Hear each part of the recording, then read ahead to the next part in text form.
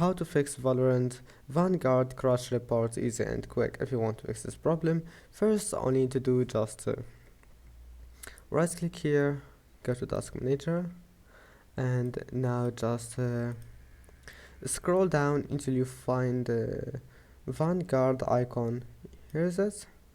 Now click here, this one, Vanguard user mode, and then right click here and click open services, and right click on it again and click stop.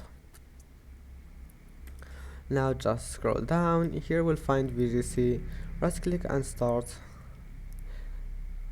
Now just try again, and if that doesn't fix your problem, just you need to reinstall Vanguard.